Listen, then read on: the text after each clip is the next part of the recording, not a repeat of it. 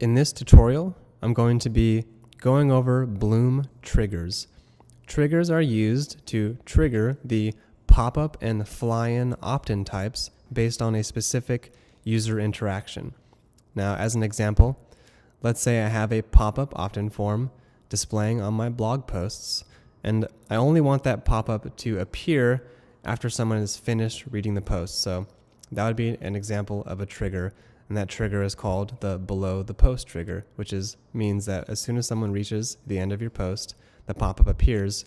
And the reason these are useful is that they can, like I said, target specific user interactions, which means you have just like an extra layer of control over the type of visitor you're targeting.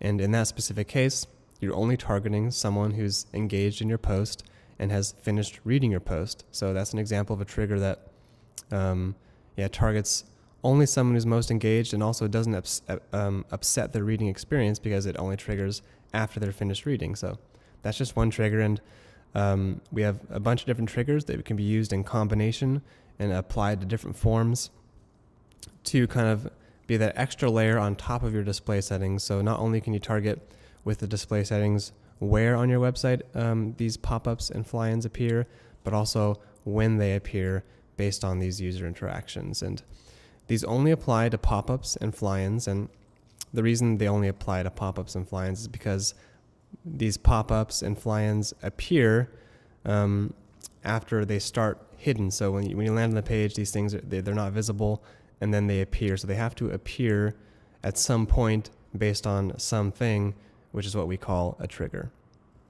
So let's get into these settings. So the first thing you're going to want to do is go to your WordPress dashboard, locate the Bloom tab, and click on the opt-in forms link, and this will bring you to your opt-in management tab in the Bloom settings panel. And here you can manage the opt-ins you've already created, as well as create new opt-ins. So I have a bunch of opt-ins here that I've created in the past, and they're currently set to inactive, and that's because I'm going to start from scratch here and create some new opt-in forms. So I'm going to click the new opt-in button, and like I said, these triggers only apply to pop-ups and fly-ins. So I'm going to start off by creating a pop-up so we can start exploring these features. So the first step is the setup step, and if you want more information about just how to use Bloom in general, how to add accounts and use the design settings, we have separate tutorials for each of those, and we also have separate tutorials about each different opt-in type. So I'm just going to run through these first steps quickly and get over to the triggers so we can start looking at those. So I'm just going to name this pop-up. I'm going to select my account type, which is Aweber, and I'm going to select one of my lists, and then I'm going to move on to the design options. I'm going to select my template, and then go over to the customization settings. I don't need to customize anything. I'm going to preview it here. It looks great, so I'm just going to stick with this design, and then I'm going to move on to the display settings. And the display settings are where the load-in settings appear, and these load-in settings, which include the triggers, they only appear for pop-ups and fly-ins. So if you're building some other type of opt-in form, such as a locked content opt-in form or a below the post opt-in form, you're not going to see these settings. So here are the different triggers. By default, we have two triggers selected, which is trigger after time delay and trigger at the bottom of the post. But we also have a few other ones. So I'm just going to go through each of these in order. So first up is the trigger after time delay. And what this does is triggers the pop-up just based after the visitor has been on your page for a certain amount of seconds that you define. So if this is selected, you're going to get a new option here called delay, and you're going to be able to set the time delay in seconds. So in this example, the delay is set to 20 seconds. And so if I were to create this pop-up and enable this trigger, the pop-up would appear once the person has been on the page for 20 seconds. So let me give you an example of how that works. And in this case, I'm going to bring down the delay from 20 seconds to 3 seconds. We don't have to wait. And I'm going to save and exit. And then we're going to go over to our home page. And if we wait for 3 seconds, this pop-up is going to appear, as you can see there. And 3 seconds might be a little fast. You might want to adjust this to something more based on how you observe your visitors. engaging with your content. So you might want to wait, let's say 10 seconds, 20 seconds, whatever you think is the optimum amount of time to let that visitor become engaged, and then be ready to potentially subscribe to your list. So going back to these triggers, I'm going to edit my opt-in and go back to the display settings. So here we're back at our load-in settings here.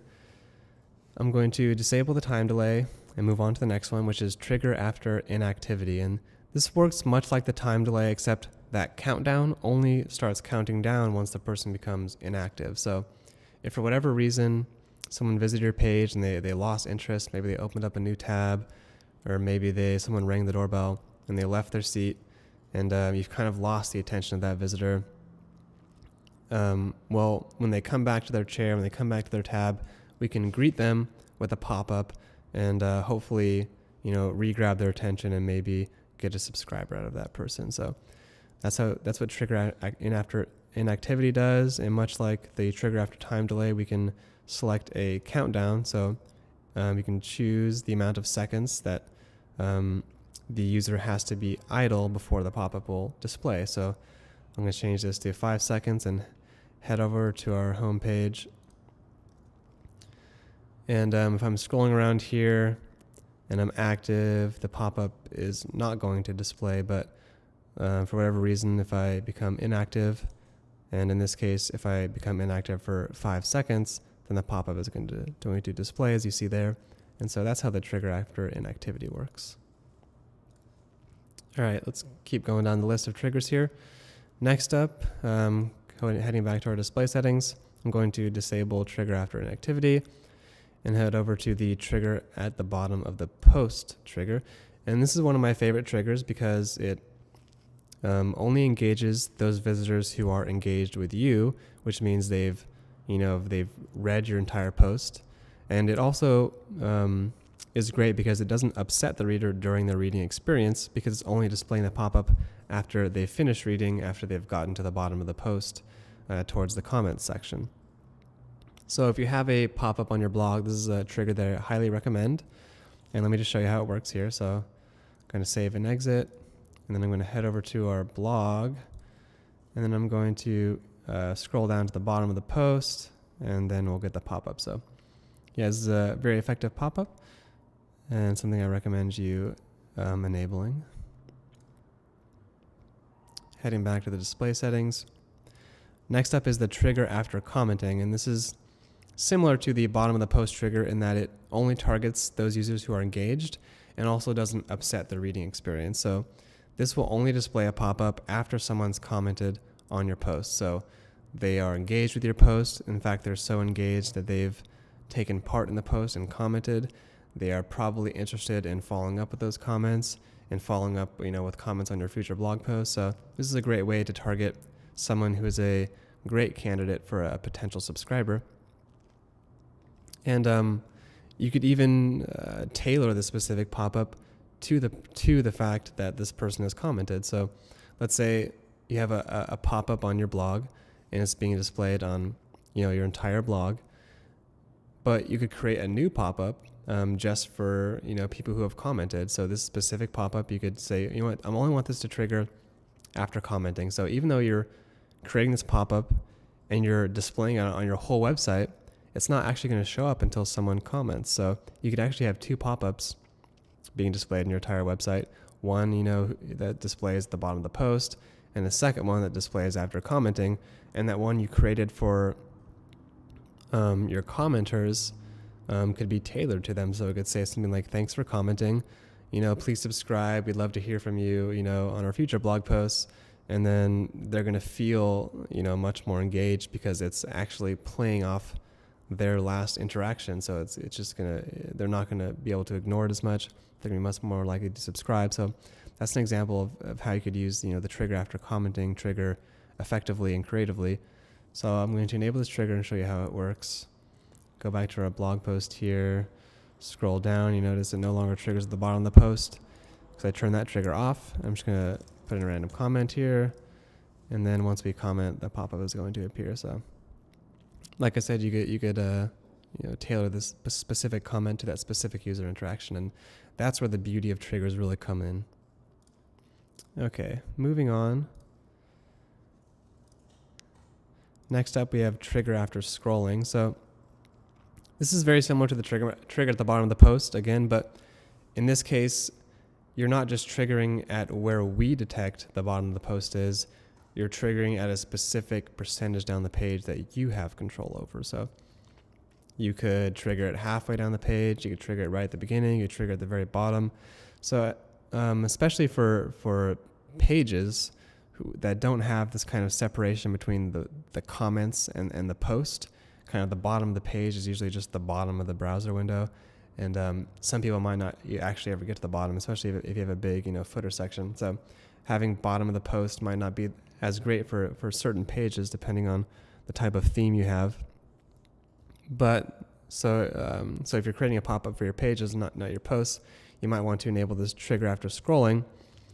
And this, like I said, will trigger based on where the user is down the page. So, maybe 60 or 70% would be pretty good. They're pretty engaged. They've gotten far down the page, and they might be ready to subscribe. And you could even, let's say you have a sales page, and it's one of those really long sales pages with different sections and a bunch of different calls to actions. And there might be a certain point down the page that you think, once the user has reached this part of the page, if this is the optimum point when they're most likely to want to subscribe. If you've decided on that, you might want to, have the pop-up display at that specific percentage, and you could even, maybe set up an A/B test at different percentages and see which one's most effective. Speaking of A/B testing, if you want to learn more about that, be sure to check out our A/B testing tutorial. But let me just enable this at 50%, and I'll show you how that works. So if we go back to our home page and scroll down the page, at 50% down, you get the pop-up.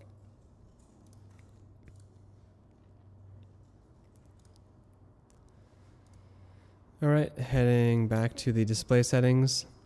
The last trigger we have is the trigger after purchasing. And this is a really great trigger because it's very, very specific to the type of visitor that it's targeting.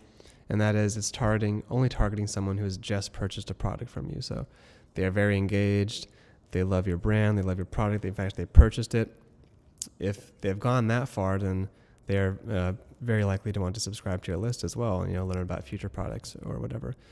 And so right now at launch of Bloom, trigger after purchasing works only with WooCommerce, but we're planning to add more e-commerce support.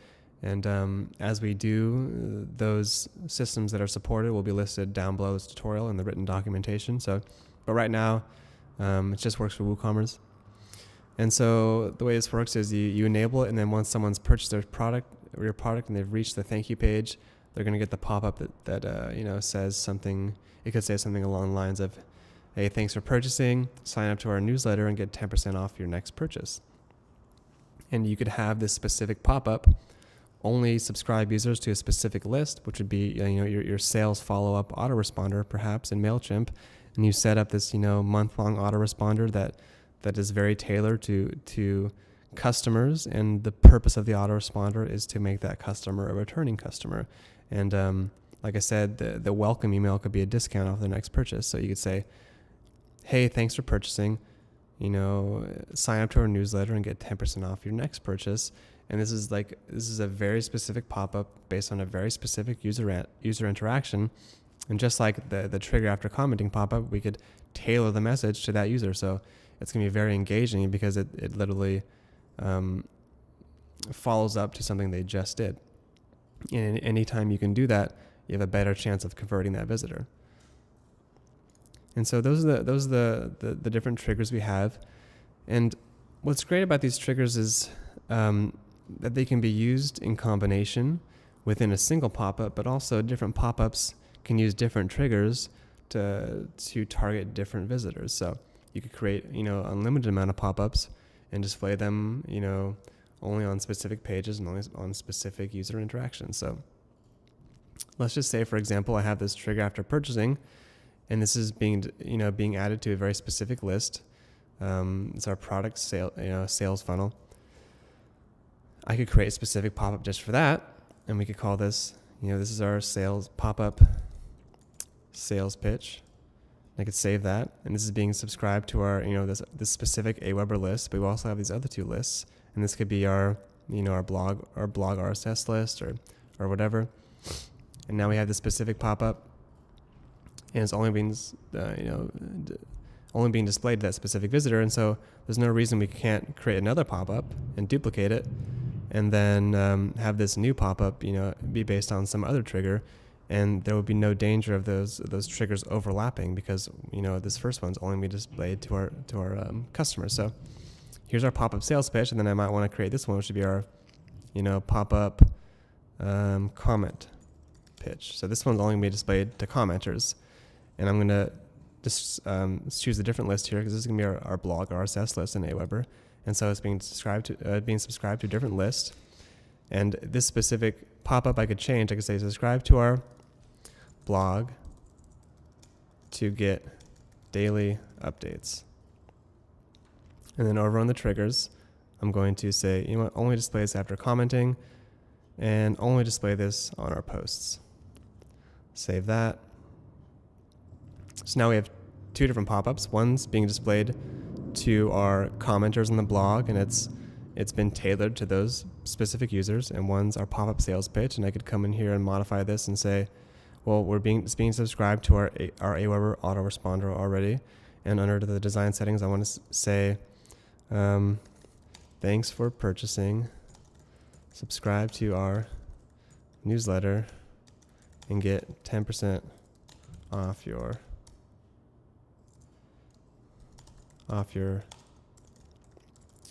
next purchase.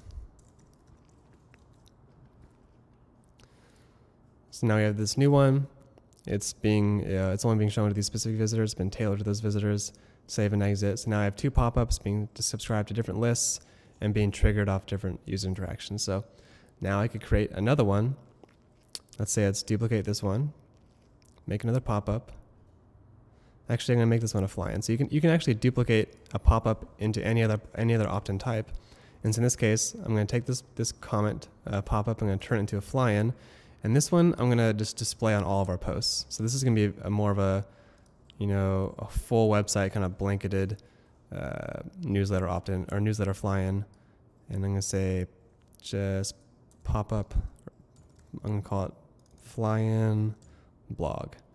And it's going to be subscribe to our blog list. And then still say the same thing, subscribe to our blog to get daily updates. And then the next, I'm going to trigger this at the bottom of the post. I'm going to display it on just my posts. I'm going to have it slide up. And I'm going to save and exit. Okay, so now we have 3 different pop-ups / a fly-in.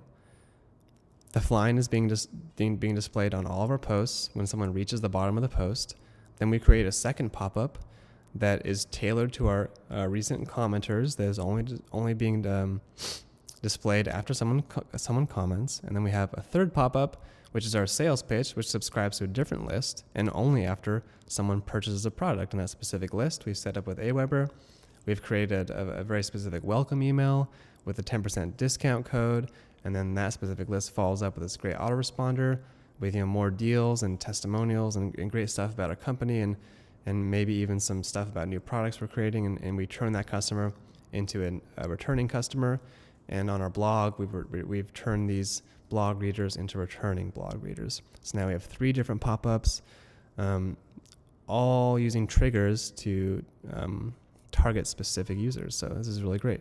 So now if we go back to our blog and we head over to a blog post and we get to the bottom of the post, we're going to get this fly-in, right? So now there's no duplication of pop-ups, right? We have 3 pop-ups, but this one's only being displayed here because of the trigger.